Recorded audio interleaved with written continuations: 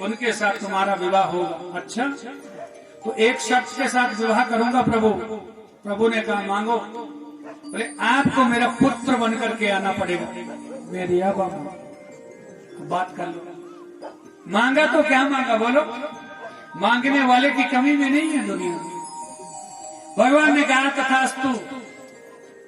जब बोलो मिला रुथ यहाँ बराबर से, अब तो झेलना ही पड़ेगा। और उधर ससुर जी से क्या मांग करी कि शंभु मनु से, ससुर जी आपकी पुत्री के साथ विवाह अवश्य मैं करूंगा, क्योंकि भगवान ने जो कहा। लेकिन एक पुत्र जब पैदा होगा तो तुम्हारी बेटी को छोड़ करके चला जाऊंगा जंगल में। अब कर लो बात। जब भगवान ने शर्त मान ली तो ससुर जी को क्या गम्य था? ससुर जी ने भी हाँ कहा दिया। विवाह हुआ महाराज बड़े अच्छे रीति रिवाज के साथ, वैदिक रीति के साथ। पर्ण कुटिया में ले गए देवहूति को। फेरे के बाद छोटी सी पर्ण कुटिया है, एक तरफ सांप रहते हैं बड़े बड़े, एक तरफ बिच्छू लटके हुए, और इधर महाराज कबूतर रहते हैं। तो कोई अनेक प्रकार के घोंसले बने हुए हैं, और 2.5 फुट का आसन महाराज जी के लिए, उसी में सोते हैं, उसी में भजन करते हैं। देवहूति ने कहा बोले तुम आपका कमरा यही है? राजघराने की कन्या पूछती तो जरूर है। बोले हाँ यही है। बोले सोते कहाँ? बोले ये 2.5 फुट का जो आसन इसी पर सोते। सायंकाल का समय हो रहा था, करदम जी नदी में गए, स्नान किया और वापस आए। देवी तुम इसको झाड़ो, संवारो, कुटिया को ठीक करो, जैसी तुम्हारी मर्जी। मैं संध्या कर लूं जरा। संध्या में बैठ के कितने साल हुए? 40 वर्ष। संध्या ही नहीं टूटी। और देवहूति माता की उम्र क्या थी उस वक्त जब विवाह हुआ? तो 16 वर्ष की। 16 और 40 कितने हो गए? 56। 56 में तो बुढ़िया हो जाती है ना माता। अब जैसे ही महाराज आंख खुली, संध्या से निवृत्त हुए, तो एक पत्थर के ऊपर, शिला के ऊपर एक नारी बैठी है, वो भी बूढ़ी। कहा माता जी आपका परिचय, आप कौन हो? बोले माता जी नहीं हो, मैं तो आपकी धर्म पत्नी हूं। विचार करो कि मेरा आपके साथ जब विवाह हुआ था 40 साल पूर्व, मैं देवहूति नाम की कन्या शंभु मनु की पुत्री। विचार किया, अरे देवी क्या तुम्हें पिता के घर की याद नहीं आई? राज घराने में पली हुई कन्या, तुमने अच्छे अच्छे स्वादिष्ट व्यंजन खाए हैं, प्रसाद पाए हैं, 40 वर्षों में तुम जीवित कैसे रही? तो कितना सुंदर जवाब दिया, स्वामी मेरे पिताजी ने जब संकल्प में आपको दिया, एक बात मेरे पिता ने मुझसे कही थी, बेटी सुख हो या दुख हो, अच्छा हो या बुरा हो, मान मिले चाहे अपमान मिले, आज मैंने तुम्हें तुम्हारा दान कर दिया है, और दान की वस्तु कभी वापस नहीं आनी चाहिए। पुत्री इतना मेरा मान सम्मान करना, तुम्हें सुख मिले या दुख मिले इसकी कोई परवाह नहीं कर। यहाँ पर तुमने 56 प्रकार के प्रसाद व्यंजन पाए हैं, लेकिन वहां पर जो कुछ मिले उसको ही पा करके संतुष्ट रहे। पिता के घर जैसा सुख कभी नहीं मिलता कन्या को। पिता के घर में जो मौज मस्ती है, पिता के घर में जो लाड प्यार हैं, वो उस बेटी को कभी भी प्राप्त नहीं हो सकता। वो केवल अगले ही जन्म में प्राप्त होता है, जैसे पिता के घर में लाड प्यार होता है। तो देवी तुमने क्या खाया? बोले कभी पत्ता तोड़ा तो कभी फूल तोड़ा, कभी जंगल के फल तोड़ करके, कभी जल पी करके मैंने आनंद के साथ, कभी तुम्हारा शरीर पहुंचा, तुम्हारे शरीर को देख देख करके मैं जीवित रही। बोले क्या सोई भी नहीं? बोले जब मेरा पति नहीं सोया तो मुझे सोने का कोई अधिकार नहीं। इतनी गंभीर वाणी जब करदम जी ने सुनी, करदम जी के आंसुपात हो गए कि मैं अपने आप को बड़ा अमल आत्मा ऊंचा संत मानता था, लेकिन संत शिरोमणि तो तुम हो जिसमें इतनी विचारों, उच्च विचारों की प्रखरता है, उज्ज्वलता है, गंभीरता है। मुझसे ऊंचा संत तू है। ते भी आज अपनी आंखें बंद करो। सरोवर की रचना की किसने? करदम जी ने। सरोवर में छलांग लगाए और छलांग लगा के ही जैसे जल से ऊपर आए दोनों, वही उम्र जो पहले थी उसी उम्र को दोनों पैदा प्राप्त हो गए। और आज हुआ क्या सज्जन माताओं, 9 मंजिल वाला एक महल खड़ा हो गया।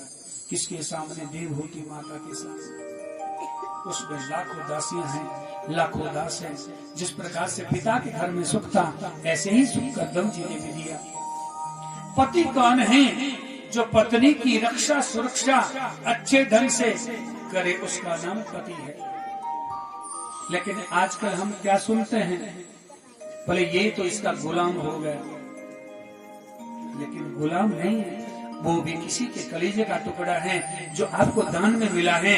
और दान की वस्तु कभी जो है निरर्थक नहीं जानी चाहिए। दान की वस्तु का सदैव मान सम्मान होता है। दान का बड़ा महत्व है। कन्या दानम महादानम सर्वदानेषु दुर्लभम। यदि कोई दुर्लभ है तो सचमुच में कन्या का दान दुर्लभ है। और जिस दामाद के साथ जिसका गठबंधन किया है, वही यदि उसको भला बुरा कह करके उसका मान का मर्दन के करे, अपमान करे, तो ज्यादा दूर की बात नहीं है। तेरे पास भी जब तेरी बेटी पैदा होगी, उसका जब विवाह होगा, तो बदला तुमको जरूर मिलेगा। जैसा उसका बाप आज रो रहा है, जिस कन्या को तुम तंग करते हो, संसार के लोगों, जिस कन्या का अपमान करते हो, बदला नहीं रहेगा, कलयुग है। जैसे उसके बाप को जो है दर दर रुलाया है, ऐसे ही एक दिन तुम्हारे साथ भी उससे दुगने तिगने आंसुपात तुम्हारा भी होने वाला है। ये सोचने की आवश्यकता हम सबको है। समाज में कुरीति नहीं फैलेगी। कुछ दहेज के पीछे लड़ते हैं, तुम्हारे बाप ने दिया ही क्या? अरे पगले, इतनी बड़ी जो है तुमको सौगात दे दी, इतना बड़ा जो दान दे दिया, इससे बड़ा और दान क्या चाहते हैं? इससे बड़ा दान कोई हो सकता? उस फर्नीचर से, उस मशीन से, उस पैसे से क्या पूरी जिंदगी चल सकती है? कदा भी नहीं चलेगी। कमाना तुमको फिर भी पड़ेगा, परिवार का पालन फिर भी करना पड़ेगा, चाहे ससुर जी ने 10 करोड़ क्यों ना दिए हो। हम यहाँ तो हमारे हिमाचल में बहुत अच्छा रिवाज है कि दहेज की प्रथा नहीं है। उत्तर प्रदेश में आप जाकर के देखें, पंजाब में जाकर के देखें, जहाँ कन्याओं को जो है 3 महीने के बाद, 5 महीने के बाद पेट्रोल डीजल छिड़क करके या फिर उसकी हत्या कर दी जाती है, फिर वृक्ष में उसको लटकाया जाता है। बड़ी वेदना होती है। पोंटा साहिब में मैं कोर्ट में गया, कुछ काम था, वहां पर एक बहन थी, एक उसकी माँ, दोनों रो रहे हैं वकील के पास। हमने पूछा, माता जी आपको इतना कष्ट क्यों हो रहा, क्या बात हो रही? बेटा क्या बताऊं, पंजाब में मेरी बिटिया का विवाह हुआ, खूब हमने जितना देना था, संपन्न लोग थे, बहुत दिया। कभी 3 लाख मांगे, कभी 5 मांगे, कभी 8 मांगे, कभी 10 मांगे। दामाद ने सब दिया और जाते जाते हमारा 28 लाख रुपया, 12 लाख का सोना और 7 लाख का फर्नीचर, 55 लाख रुपया चला गया। उसके बाद फिर मांगते थे। बेटी ने कभी बोला नहीं, समझदार थी। और हाल क्या हुआ कि जब हम यहाँ से गए, कहा बीमार हैं, बीमार नहीं तो देखा तो लटकी पड़ी। 50-55 लाख लगा करके भी वो दुष्ट क्या करते हैं, एक खिलौना समझते हैं। ऐसी धृष्टता यदि कोई समाज में करता है, आपको पता चलता है, तो समझाने की कोशिश कीजिए, भैया जो तुम आज कर रहे हो कल तुम्हारी यदि बहन के साथ हो गया, भतीजी बेटी के साथ हो गया, तो जैसे आज वो रो रहे हैं ऐसे तुम भी रोगे, बदला नहीं रहेगा। नितांत सत्य बात यहां से पारित होती है। और आज सुख भोग रही है कौन? देवहूति माता। मांगा क्या था? एक बालक पैदा होगा तो जंगल में चला जाऊंगा। कितनी कन्याएं हुई? 9।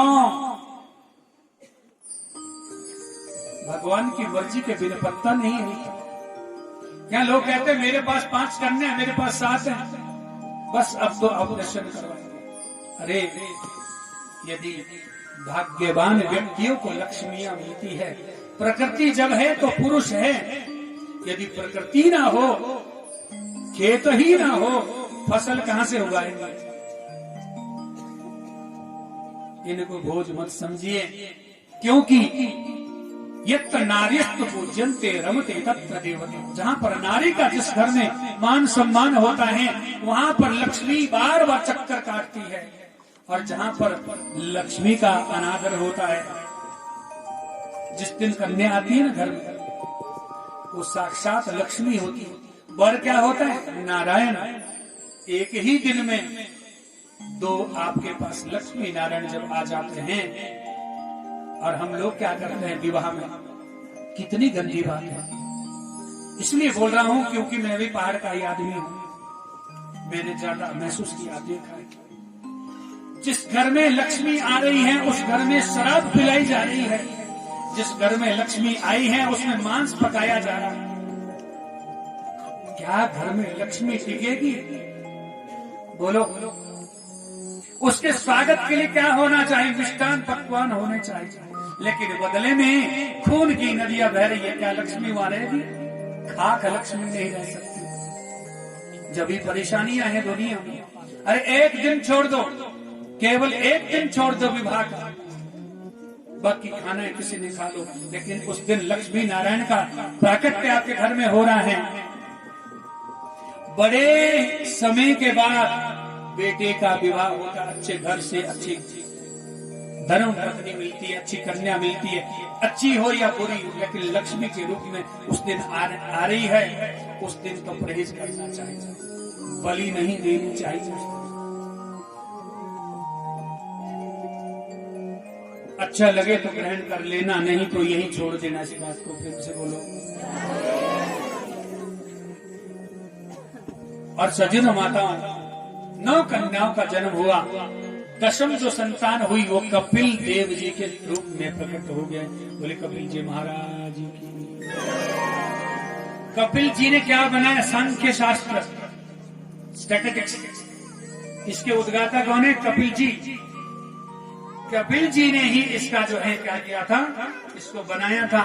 आगे तो कहते हैं साइंस। और जो जहाज बनाया तो सबसे पहले किसने बनाया तो पता है आपको? वेदों में लिखा है, मैं नहीं बोल रहा। करदम ऋषि ने वही वेद चुरा चुरा करके अंग्रेज लोग ले गए, यहाँ से भारतवर्ष से विद्वानों को लेकर के उनको बांधा, पीटा, एक एक श्लोक बोल इसका क्या मतलब बनता। वही जो है जहाज फिर अंग्रेजों ने बनाया। फिर कहते हैं साइंस ने बड़ा आविष्कार किया। सबसे पहले यदि जहाज किसी ने बनाया तो करदम जी ने बनाया, और सांख्य शास्त्र के उद्गाता यदि कोई हुए तो वो कपिल जी, कपिल मुनि जी हुए। बोले कपिल जी महान, कपिल जी महाराज। और सज्जनों माता, अब तो वो समय आन पड़ा जब करदम जी को जंगल में जाना था। अब मैया ने क्या किया? देवहूति ने छोटे से बालक को राजगद्दी पर अभिषिक्त किया, चंदन का तिलक लगाया, गले में जो है तुलसी की माला का परिधान कराया, और पूछा बेटा ये मन जो है ना, मन 10 इंद्रियां जो है हमारी बहुत बिलखती हैं। आंख कुछ कहती है, मुंह से कुछ और बोलना था तो कुछ और निकलता है, कान कुछ और ही सुनते हैं।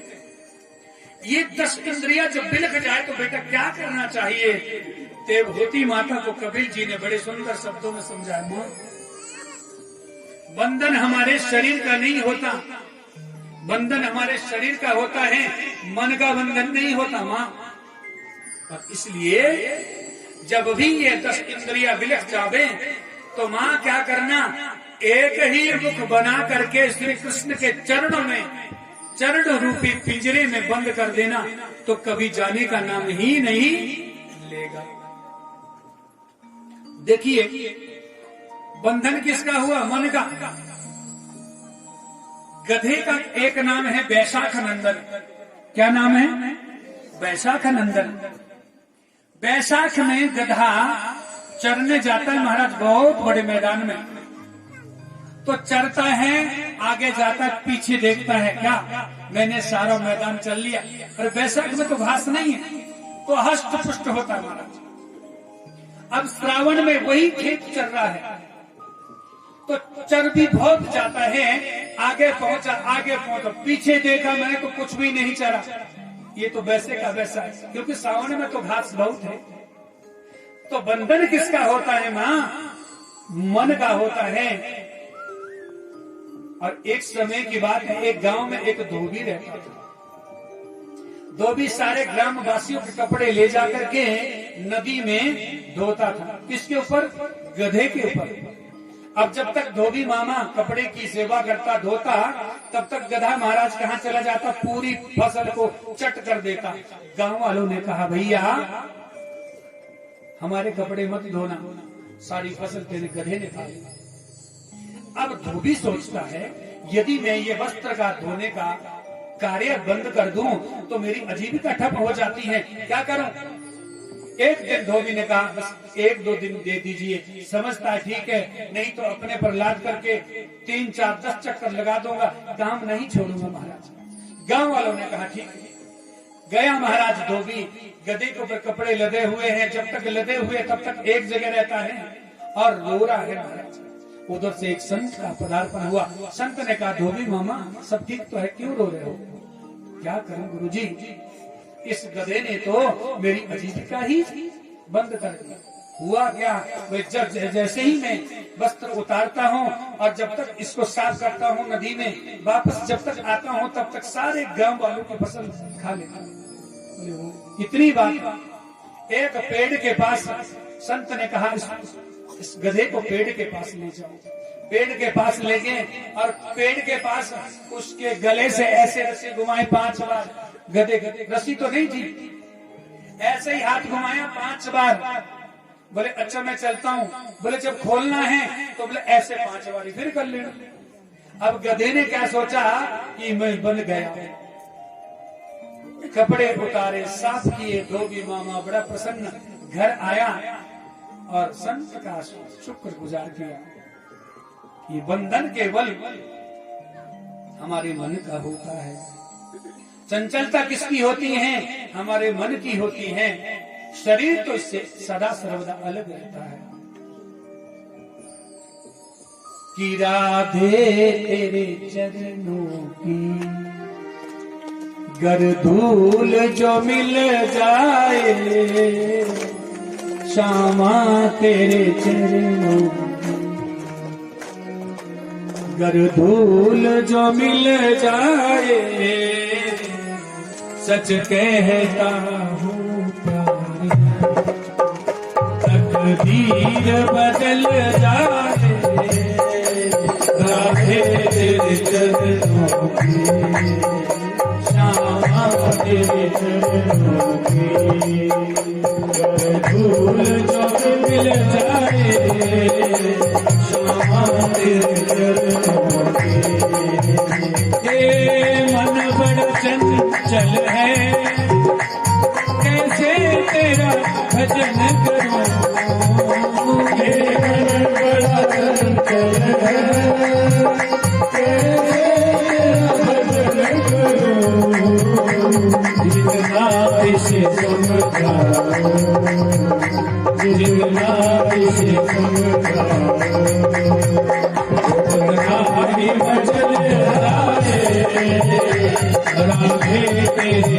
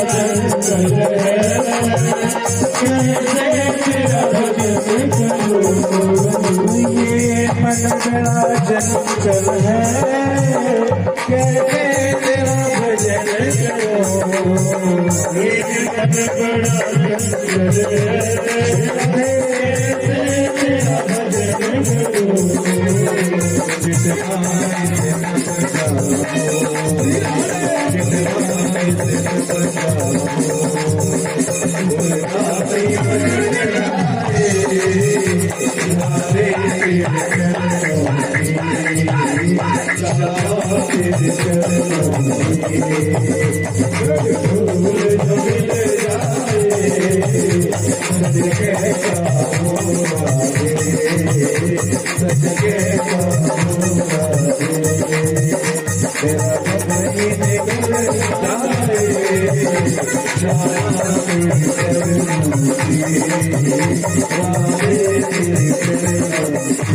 राधा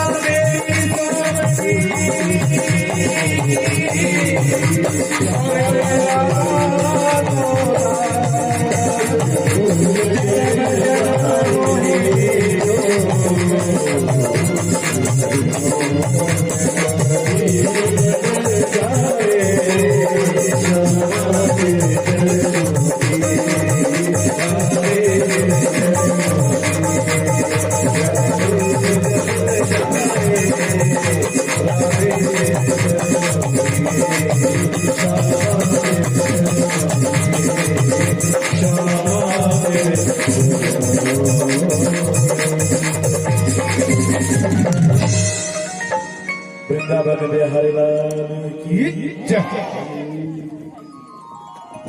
कपिल जी कहते हैं मैया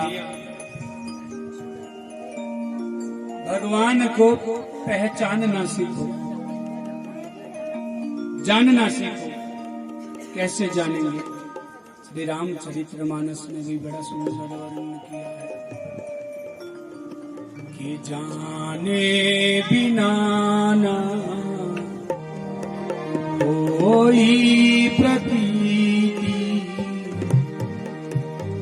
बिना प्रतीति कोई नहीं प्रीति। अच्छा, आप बस में बैठते हो, ट्रेन में बैठते हो, पास में कोई बैठ गया, जानते नहीं है पहले, फिर क्या किया? पूछा भैया कहाँ जाना? अमुक जगह में। कहाँ के हो? सब कुछ अच्छा लगा, एक दूसरे को प्रेम बढ़ गया, नंबर आ गया, बातचीत हो गई, उसके बाद शादी में विवाह में आना जाना होगा। क्यों? कि जाने बिना ना कोई प्रतीति। जब तक हम एक दूसरे को जानते नहीं, उसके बारे में प्रतीत नहीं होता कि तू कैसा है, डाकू तो नहीं, चोर तो नहीं है, ठगिया तो नहीं है, जान लिया अच्छा व्यक्ति है, मित्रता हो गई। कि जाने बिना ना कोई प्रतीति, बिना प्रतीति होए नहीं प्रीति। प्रेम कब बढ़ता है? जब एक दूसरे को हम समझ लेते हैं। माँ, प्रभु को जानना पहले पड़ेगा, तब विश्वास बढ़ेगा, और विश्वास के बाद प्रभु से प्रेम करना पड़ेगा, तब गति होगी, अन्यथा गति नहीं होगी। और उसके बाद अष्टांग योग, योग यम नियम आसन प्राणायाम प्रत्याहार धारणा ध्यान और समाधि, ये भी जरूरी है मैया। और उसके बाद कि अहिंसा सप्तमस्ते हम यदार्था परिग्रह ब्रह्मचर्य तपस्योच्चम स्वाध्याय पुरुषार्चनम मौनं सदा संजय स्तयं प्राणंजय शनि प्रत्याहारश्चरेन्द्रियाणां विश्चानः मनसा हृदि। अहिंसा किसको कहते हैं? बोले शुद्ध सात्विक बने रहो, शुद्ध शाकाहारी बने रहो, किसी का मांस खा करके शरीर को मत बढ़ाओ। प्रेम से बोलो। किसी ने पूछा कि मांस जो है कब मिला मनुष्य को? बोले बकरा और बकरी को खा करके, काट करके फिर मांस मिला। बोले क्या कोई पाप किया था उस बकरे ने जो उसकी खाल खींची? पाप किया है उस बकरी ने? बोलो। कि बकरी पात खात है, क्या खाती है? पत्ती, ताकि खींची खाल, उसकी तो खाल। अरे उसने बोला भी किसी गंदा नहीं बोला, चुगली नहीं की, निंदा नहीं की, खाया क्या? केवल घास। तब भी उस मनुष्य ने खाल खींची और उसका भक्षण किया कि नहीं?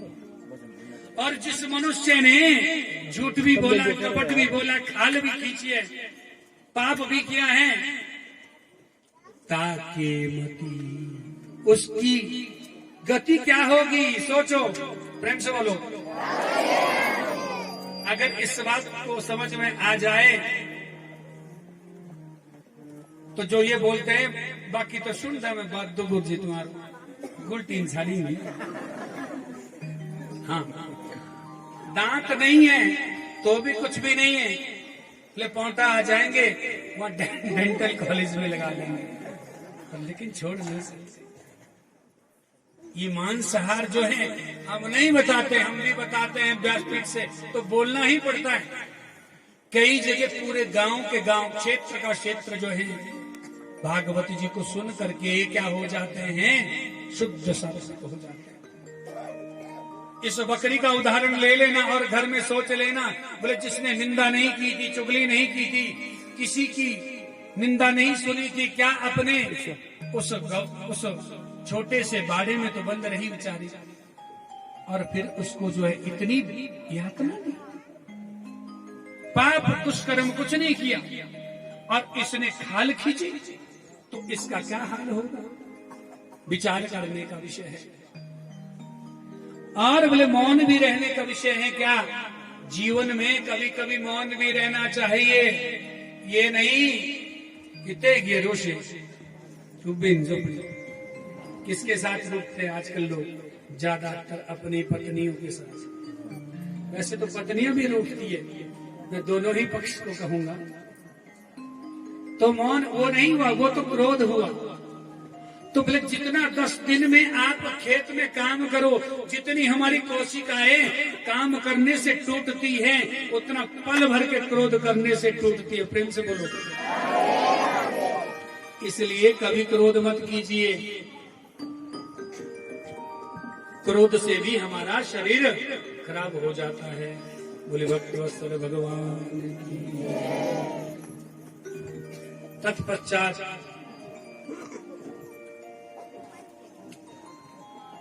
कपिल कहते हैं, मां रोज चिंतन करो, मुस्कुराहट चेहरे पर लाओ।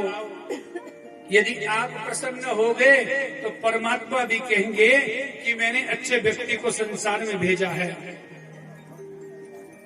एक कथा आती है महाराज,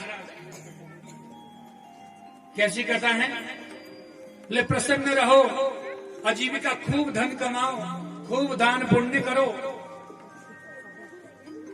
लेकिन सब कुछ करते हुए फिर भी प्रसन्न रहो।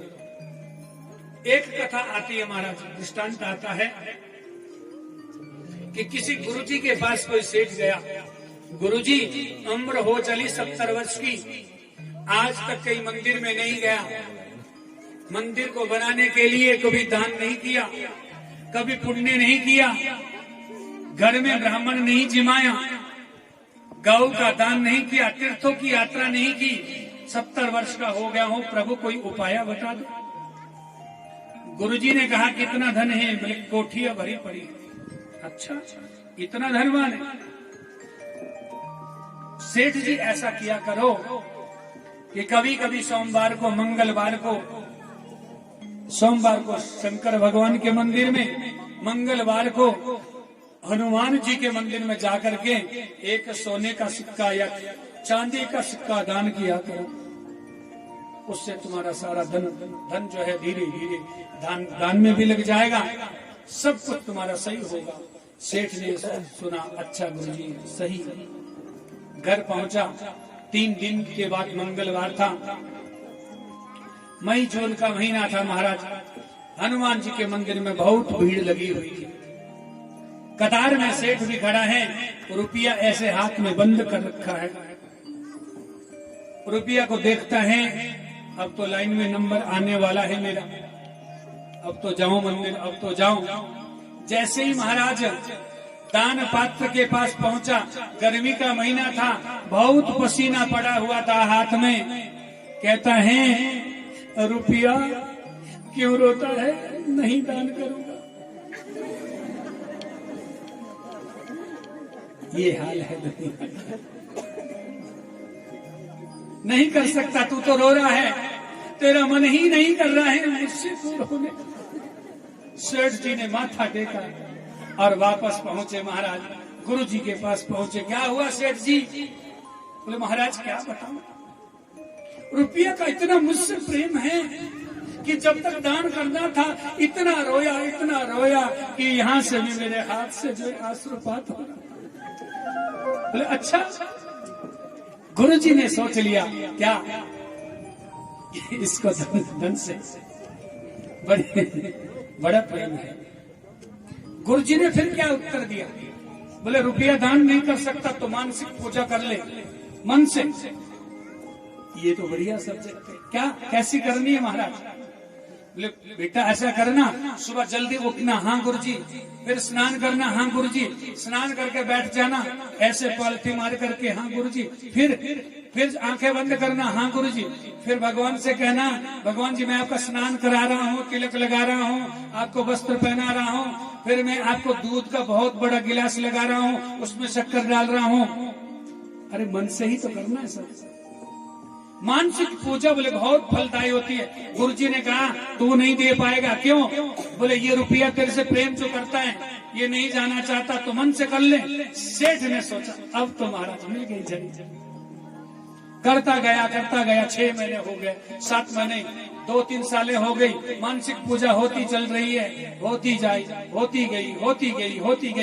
एक दिन क्या किया महाराज सेठ ने, जैसे ही बड़ा गिलास दूध का लगाया, अब तो शक्कर जो है पूरी मुट्ठी उसमें डाल दी। कहा अरे ये तो बहुत ज्यादा डल गई। जैसे ही गिलास में आंखें बंद करके गिलास में हाथ डाला, 2 खेप सही रहे बोलो शक्कर जैसे ही ऊपर निकाल रहा है, भगवान का प्राकट्य हो गया। अरे मूर्खानंद तेरे घर से कुछ जा रहा है तो मन से ही कर रहा था, फिर भी तो गरम गिलास में हाथ डाल रहा है, तेरा जा तो कुछ भी नहीं रहा है। अगले ऐसे दुनिया में लोग होते हैं। प्रेम से बोलो। इसलिए दान पुण्य खूब करना चाहिए जिसको भगवान ने दिया है।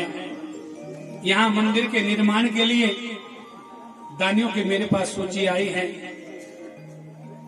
आज ग्राम कोड़वा के ही श्रीमान गुमान सिंह ठाकुर जी अपनी धर्म पत्नी के सहित, अपने बंधु बांधवों के सहित आज का इनका भंडारा भी है, विशाल भंडारा।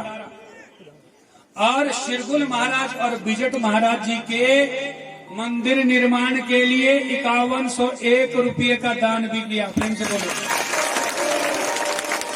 भाई, तालियां तो बजाना, इससे तो पुण्य नष्ट हो जाएगा। क्या बोलना है? जैसे कोई ऐसी घोषणा हो रही तो क्या बोलना? जय जय श्री राधे बोलना, जिससे इनका धर्म बढ़े। ये नेताओं का भाषण थोड़ी है, तो सब कुछ फिर यही रह जाएगा। और इनके पितरों की कृपा से इन पर, इनके पितरों की कृपा हुई है। दान देना और जान देना दोनों बराबर है। दान का बड़ा महत्व है।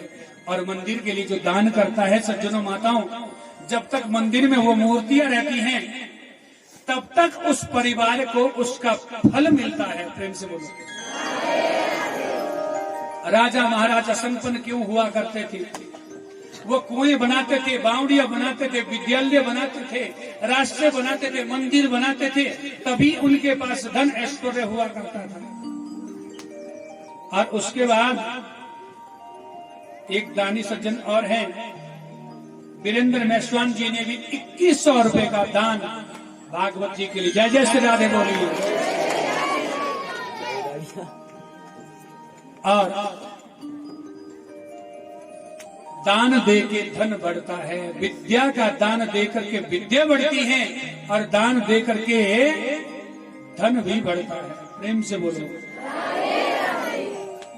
और हम आपसे और विनती करते हैं, यदि कोई दान दाता अपनी नेक कमाई में से, सच्ची कमाई में से दान करना चाहे तो हमारे बड़े भ्राता श्रीमान केशवानंद जी शर्मा जी के पास आप अपना नाम लिखवा करके उनको धनराशि दें, या फिर विवेक जी को दे, या सुरेश जी को, जिसको भी आप इन तीनों में से दे सकते हैं। आप पुण्य के भागी बने। अब भाई मन से तो मत करना दान जैसे उस सेठ ने किया, देना तो पड़ेगा। हाँ, ये सच्ची बात है। तो दान जो है प्रभु के लिए अवश्य देना चाहिए।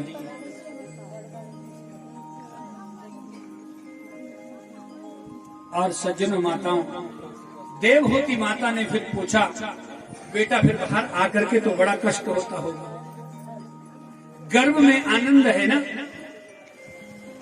कपिल जी कहते हैं मां कि गर्भवास समाम दुखम ना भूतो ना भविष्यति। मैया जी, जैसा गर्भ में वेदना होती है, दुख होता है ना, ऐसा भविष्य में भी मत सोचना, भूतकाल में भी ऐसा मत सोचना। बहुत छोटे छोटे जो कीटाणु होते हैं, जीवाणु होते हैं, शरीर को कुरेदते हैं। बहुत गर्म आवरण में बच्चा ढका रहता है, फिर भगवान से प्रार्थना करता, प्रभु मुझे बाहर निकालो। और क्या कहता है साथ में, मैं सच्चे कर्म करूंगा, सत्य का साथ दूंगा। और इतना कह करके यहाँ आकर के वो बिल्कुल भूल जाता है। सुखदेव जी कहते हैं, राजन बिल्कुल सही। परीक्षित पूछते हैं, तो सुखी कौन है यहाँ पर? सुख किसने यहाँ पर महसूस किया है? तो हमारी हिंदी की जो कविता वालियां हैं उसमें बड़ा सुंदर लिखा है कि दीन कहे धनवान सुखी, धनवान कहे सुख राजा को भारी। दीन कहे धनवान सुखी, धनवान कहे सुख राजा को भारी। राजा कहे महाराजा सुखी, राजा कहे महाराजा सुखी। राजा कहे सुख इंद्र को भारी। क्या कहा? दीन कहे धनवान सुखी, धनवान कहे सुख राजा को भारी। राजा कहे महाराजा सुखी, महाराजा कहे सुख इंद्र को भारी। इंद्र कहे चतुरानंद, ब्रह्मा कहे सुख सतुर को भारी। ब्रह्मा कहे सुख विष्णु को भारी। तुलसीदास विचार कहे, तुलसीदास विचार कहे, हरि नाम बिना सब जीव दुखारी। हरि नाम बिना सब जीव दुखारी। हरि नाम बिना, हरि नाम बिना सब जीव, हरि नाम बिना सब जीव दुखारी। दीन कहे धनवान सुखी, धनवान कहे सुख इंद्र को भारी। एक गरीब क्या कहता है, भैया मेरे पास धन नहीं है, धन होता तो जरूर दान करता, पुण्य करता, तीर्थों की यात्रा करता, अच्छे अच्छे सुख भोगता। धन नहीं है, किस लिए दुखी है? दीन कहे धनवान, जो मेरा पड़ोसी है, बहुत सेठ है, उसके मजे है, आनंद है। धनवान क्या कहते हैं, मुझे भी सुख नहीं है। बोले किसको? राजा को। राजा कहता मुझे भी सुख नहीं। बोले किसको? महाराजा को। महाराजा क्या कहते हैं? महाराजा कहता है इंद्र को सुख है भैया, जो राजा। इंद्र कहे चतुरानंद को सुख। चतुरानंद कौन? ब्रह्मा जी। इंद्र भी कह रहे मैं भी सुख में नहीं हूँ। बोले किसको सुख है? बोले प्रभु के बेटे। कौन? ब्रह्मा जी को। ब्रह्मा कहे सुख विष्णु को भारी। वो भी दिखा रहा है क्या? मुझे भी सुख नहीं, मेरे पिताजी को। तो तुलसीदास विचार कहे, हरि नाम बिना सब जीव दुखारी। हरि नाम बिना सब जीव दुखारी। तुलसीदास बाबा मानस में क्या लिखते हैं? बोले जिसने भजन नहीं किया ना प्रभु का, वो सब दुखी है। कि सुखी राम के दास